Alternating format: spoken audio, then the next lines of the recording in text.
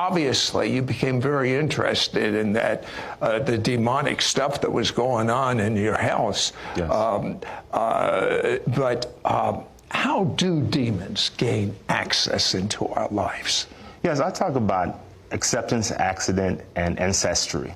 So I believe when we look at ancestry, it's down a lineage where people can dedicate their children to Satan, and it just goes down that family line. With acceptance, it's basically people just accept it. They just invite the devil into their lives, such as witches and warlocks. They do this. They just tell the devil, just come on in. With accident, it comes from trauma. It comes from trauma. Something happening, something traumatic happening to the person, and it gives the demons an entry point. And speaking of entry points, tell me about how demons are attracted to things like in your closet. There was darkness. Yes. Tell me about that. Now, it was a time I was really trying to explain myself. I knew I had a prophetic gift, but had no idea how to use it. No one in my family could explain it. They had gifts, but they didn't talk about being prophetic or really in church, so to speak.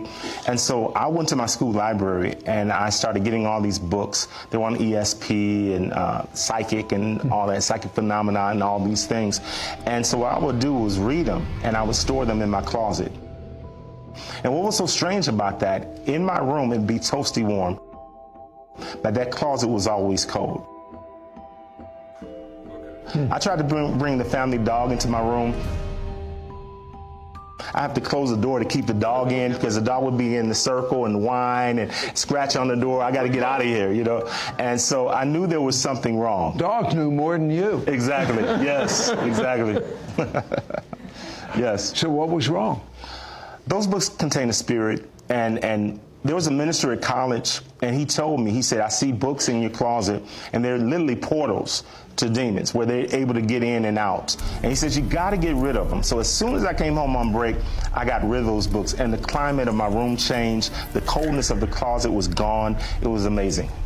Now, people don't realize this, but there are things like, obviously, books about New Age and witchcraft and stuff like that. Yes. That attracts demons. But a lot of people don't realize even jewelry. Yes. Tell me an example.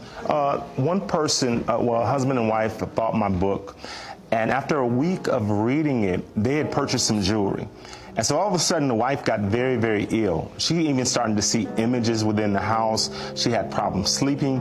But then they remembered chapter 6 and 7 when I talk about or teach about cursed objects and how to rid them out of your home. And so they followed those instructions. They got rid of the jewelry.